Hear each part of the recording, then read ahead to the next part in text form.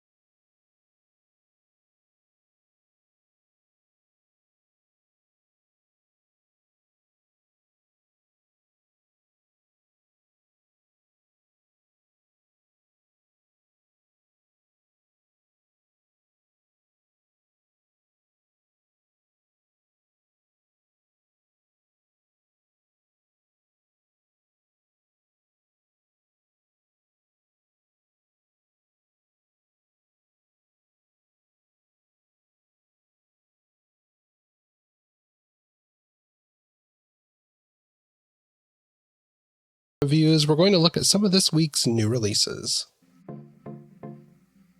First on my list is The Mystery Guest by Nita Prose. When an acclaimed author dies at the Regency Grand Hotel, it's up to a fastidious maid to uncover the truth, no matter how dirty, in a standalone novel featuring Molly Gray from The Maid. I have that book, I still haven't read it, need to get on that. Next is The Watchmaker's Hand by Jeffrey Deaver. When a New York City construction crane mysteriously collapses, causing mass destruction and killing several people, Rhyme and Amelia Sachs are on the case. A political group claims to be behind the sabotage and threatens another crane collapse in 24 hours, unless their demands are met. The clock is ticking. I feel like that would be a great storyline for another season of 24. Hello, Kiefer Sutherland. Next is The Kingdom of Without by Andrea Tang. A wily young thief must use her wits to survive futuristic alternate history Beijing in this Les Miserables-inspired young adult cyberpunk. Then we have The Fiction Writer by Gillian Cantor.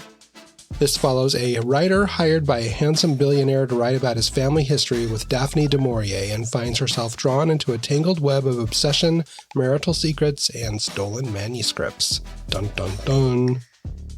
Next is Didn't See That Coming by Jesse Q. Sutanto.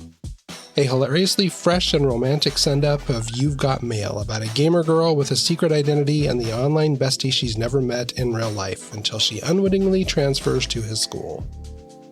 Next is Gwen and Art Are Not in Love by Lex Croucher. Heartstopper meets A Knight's Tale in this queer medieval rom-com YA debut about love, friendship, and being brave enough to change the course of history.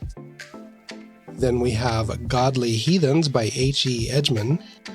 This is the first book in H.E. Edgman's YA contemporary fantasy duology, The Ouroboros, in which a non-binary Seminole teen, Jem, finds out they're a reincarnated god from another world. Then we have The Kingdom of Sweets by Erica Johansson, a darkly magical take on the Nutcracker, where two sisters, cursed from birth, are forever changed one memorable Christmas. Then we have We Must Not Think of Ourselves by Lauren Gradstein, a heart-wrenching story of love and defiance set in Warsaw Ghetto based on the actual archives kept by those determined to have their story survive World War II. And the last on my list is For Never and Always by Helena Greer. One surprise inheritance, two best friends, now bitter exes, and 3 months to prove he loves her forever and always drives this swoony second chance romance. Alrighty, I don't think I added any new books to my list this week. If I did, I guess I can cover them next week. So we will jump into the reviews. And we'll start off this week with What Waits in the Woods by Terri Parlato. This book releases on December 26, 2023, and is published by Kensington. I received an advance copy of this book from the publisher through NetGalley in exchange for an honest review. The synopsis reads, When Esmé Foster left the Boston suburbs to become a professional ballerina, the future shimmered with promise. 11 years later, her career has been derailed by an injury, and Esme knows it's time to come back to Graybridge to help her brother care for their ailing father. But her return coincides with an unthinkable crime. Kara Cunningham, one of Esme's high school friends, is found dead in the woods behind the Foster's house. Esme is shocked and grieving, but also uneasy. In her dreams, she still sees the man who showed up at the scene of the car accident that killed her mother, and told Esme he was going to kill her too. Family and friends insisted the figure was a product of Esme's imagination, that she was concussed after the crash. But she and Kara looked alike, sharing the same petite build, the same hair color. Could Kara's murder have been a case of mistaken identity?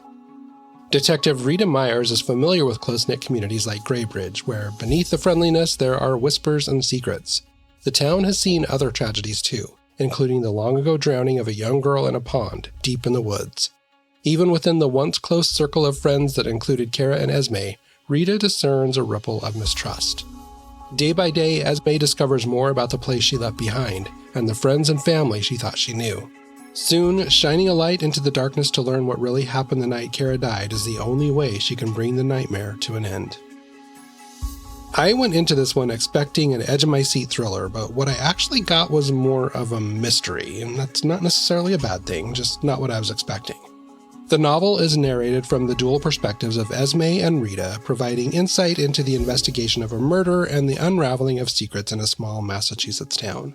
As the synopsis tells us, Esme Foster, a former ballet dancer, is forced to return to her hometown of Graybridge after a career-ending injury. Esme's homecoming is marred by the discovery of her high school friend Kara Cunningham's lifeless body in the woods behind Esme's father's house. Literally, the day she returns home, Esme pulls up to her father's house to find the police packing up Kara's body. How's that for a welcome home gift? Esme is devastated, understandably, and immediately on edge, because when she was a kid, she was riding in a vehicle with her parents when her father lost control of the car. Her mother was killed in the accident, and Esme distinctly remembers a man pulling her from the car as he shouted, "I will kill you."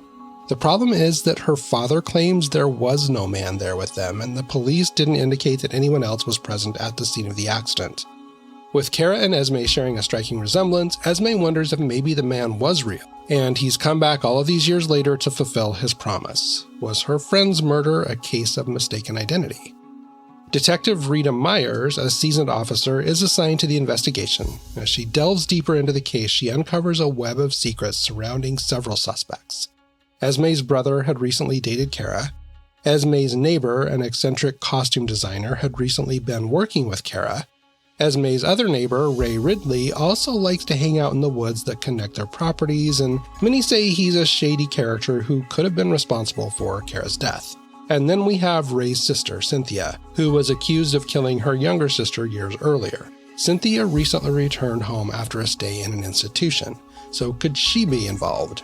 Now, as I mentioned earlier, this one plays out as more of a mystery than a thriller. Aside from a couple of chapters, I was never really on the edge of my seat with this one. It all felt a little formulaic to me. I think a lot of it had to do with the fact that I never really connected with Rita. Her chapters lacked depth, and I wondered why the author chose her as our second narrator. She really didn't have much to offer aside from giving us a little insight into the suspects and setting up several red herrings. I felt that the investigation went in circles, didn't add a whole lot to the story. Her chapters were definitely my least favorite in the book. I felt like had the second narrator been Cynthia, the young woman accused of murdering her sister years earlier, would have been way more interesting. Not only would we have been provided with an unreliable narrator, which I love, but I feel like it would have added depth and a sense of unease that was otherwise missing. Cynthia's character was rich and complex, and I wanted more from her. Despite these shortcomings, the novel succeeds in creating a haunting and atmospheric setting. The small town dynamics added depth and intrigue. As Esme peels back the layers of her hometown, readers are taken on a journey of discovery. Through her exploration of the town's history and the people she thought she knew, Esme slowly uncovers the truth behind Kara's death. And while it wasn't the heart-pounding thriller I'd hoped for, it was an intriguing mystery. While there was some room for improvement regarding the pacing and some of the characters, the atmospheric setting and the unraveling of secrets makes it a worthwhile read for fans looking for a good mystery to cuddle up with in the colder months. I gave this one 3 stars. Next, we'll take a look at Black Sheep by Rachel Harrison. This book was first published on September 19, 2023 by Berkeley and was one of my Aardvark book club picks in October. The synopsis reads, "Nobody has a normal family, but Vesper Wright is truly something else. Vesper left home at 18 and never looked back, mostly because she was told that leaving the staunchly religious community she grew up in meant she couldn't return. But then an envelope arrives on her doorstep. Inside is an invitation to the wedding of Vesper's beloved cousin, Rosie. It's to be hosted at the family farm. Have they made an exception to the rule? It wouldn't be the first time Vesper's been given special treatment. Is the invite a sweet gesture? An olive branch? A trap? Doesn't matter. Something inside her insists she go to the wedding, even if it means returning to the toxic environment she escaped. Even if it means reuniting with her mother, Constance, a former horror film star and forever Ice Queen. When Vesper's homecoming exhumes a terrifying secret, she's forced to reckon with her family's beliefs and her own crisis of faith in this deliciously sinister novel that explores the way family ties can bind us as we struggle to find our place in the world." This was the first book by Rachel Harrison that I've read, and it certainly will not be my last.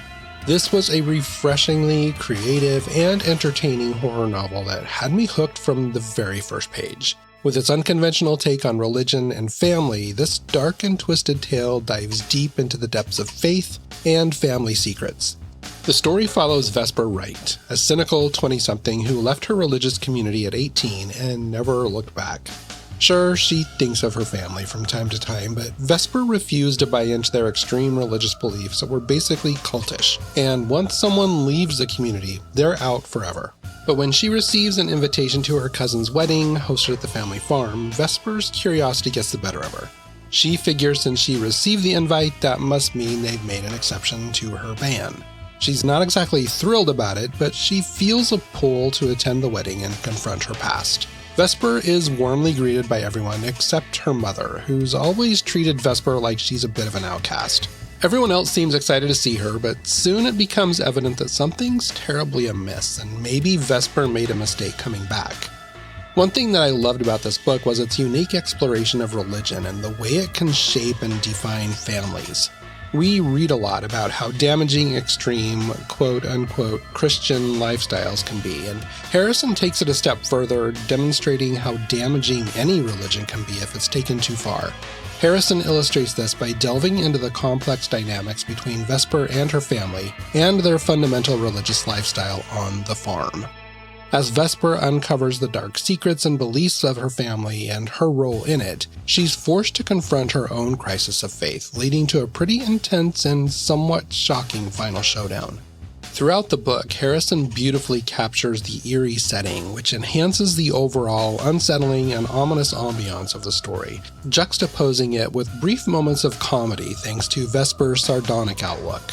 One of the highlights of this novel is the author's ability to balance the horror elements with humor and wit. As far as horror goes, it's not overly graphic or gory, which I appreciated. Harrison relies more on psychological terror and suspense, with only a few bloody scenes. The writing style is witty and sarcastic, injecting moments of levity into the otherwise dark and sinister tale. The banter between Vesper and her friends, as well as her observations of her family, adds a layer of realism and relatability to the characters. And speaking of characters, they're all great. I loved Vesper and everything she stood for. As a fellow black sheep, I was with her 100%. I also loved to hate her mother, Constance, a former horror film star, who added an extra layer of intrigue to the story. Constance's icy demeanor and mysterious past make her a captivating and enigmatic character. As far as pacing goes, I thought it was spot on. The suspense continually builds and the climactic ending is both satisfying and chilling. I love that it tied up loose ends while leaving room for interpretation as to Vesper's future. Overall, I really enjoyed this book. I read it in 2 short sittings. I think my total reading time was just over 4 hours. I tore through it thanks to Rachel Harrison's clever writing and intriguing characters. In my opinion, this is a must-read for any horror or paranormal fan. So grab a copy, cozy up with a blanket, and prepare to be captivated by this wickedly entertaining tale. I gave it 4.5 stars. Next, we'll take a look at Megan Goldin's The Night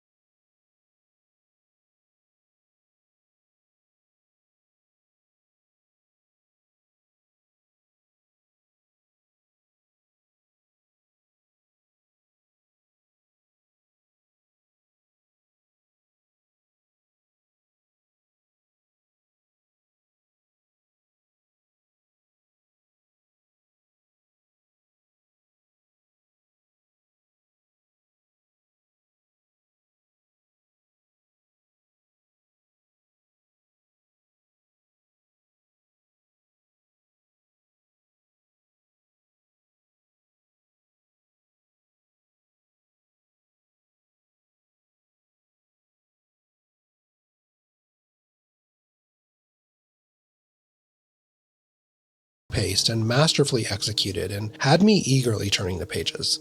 Another thing that I really enjoy about Golden's writing is that her descriptions allow you to vividly imagine each scene, easily pulling you into the world of the story.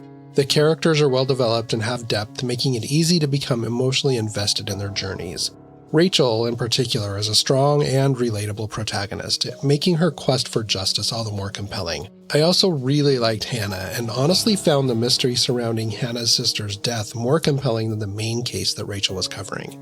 Overall, I felt this was a thought-provoking and at times heart-pounding thriller that is both powerful and entertaining. If you're a fan of mystery and suspense, this is a book you won't want to miss. I'm definitely a Megan Golden fan now, and even though I've grown a bit tired of the true crime podcaster trope, I really like the character of Rachel, and I look forward to the next entry in the series. I gave this one a solid 4 stars. We'll close out by taking a look at Perfectly Nice Neighbors by Kia Abdullah. This book was first published in the US on September 12, 2023 by G.P. Putnam Sons, and was one of my Aardvark Book Club picks in September. The synopsis reads, Salma Khatun is hopeful about Blenheim, the safe suburban development into which she, her husband, and their son have just moved. The Bangladeshi family are in desperate need of a fresh start, and Blenheim feels like just the place. Soon after they move in, Salma spots her white neighbor, Tom Hutton, ripping out the anti-racist banner her son put out in the front garden. Choosing not to confront Tom, Salma takes the banner inside and puts it in her window instead. But the next morning, she wakes up to find her window smeared with paint. This time, she does confront Tom, and the battle lines between the two families are drawn. As racial and social tensions escalate and the stakes rise, it's clear that a reckoning is coming. And someone is going to get hurt. This was my first book by this author, and I really enjoyed it. I was hesitant when I first read the synopsis. It was clear that this was going to be about a racist neighbor, and I wasn't sure I wanted to read about all that. Racism is such an ugly thing, and reading about someone being terrorized by an angry white man just didn't seem fun to me. But I decided to give it a chance anyway. And I'm happy to say that this one was definitely gripping and had me turning the pages to find out what was going to happen. The author does a great job at taking this in an unexpected direction, and that final twist was definitely one I didn't see coming. Over the course of the novel, the author takes readers on a thought-provoking journey that explores the complexities of race, identity, and neighborly relations in the seemingly idyllic setting of Blenheim, a safe suburban development in the UK. Through Salma Khatun, a Bangladeshi woman hopeful for a fresh start, the author skillfully delves into the simmering tensions that arise when her white neighbor, Tom Hutton, removes a Black Lives Matter banner from the Khatun's front yard. From the moment Salma spots Tom tearing down the banner, she's faced with a dilemma. Rather than directly confronting him, she decides to take the higher road and places the banner inside her front window, only to awaken the next morning to find that their window has been painted over so that the sign is no longer visible. As the story unfolds, it becomes clear that this initial clash is only the tip of the iceberg.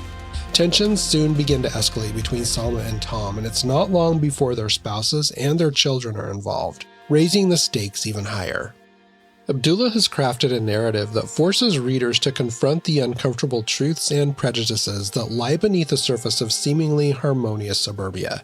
As Salma and Tom's families find themselves caught in the grip of a mounting conflict, the author fearlessly explores the complexities and nuances of their interactions, exposing the deep-seated biases and ingrained societal structures that perpetuate division and inequity. What makes Perfectly Nice Neighbors so captivating to me is Abdullah's ability to create multidimensional characters that challenge stereotypes and offer nuanced perspectives. Through Salma, readers witness the struggles and aspirations of a woman determined to protect her family and pave a way for a better future.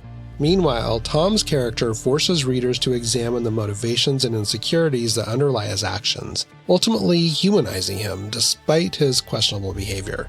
While the book focuses mostly on the conflict between Tom and Salma, we get other perspectives from outsiders from their community. From acts of vandalism to subtle microaggressions in everyday encounters, the author underscores the devastating impact of individuals turning a blind eye to systemic issues and remaining complicit in their perpetuation.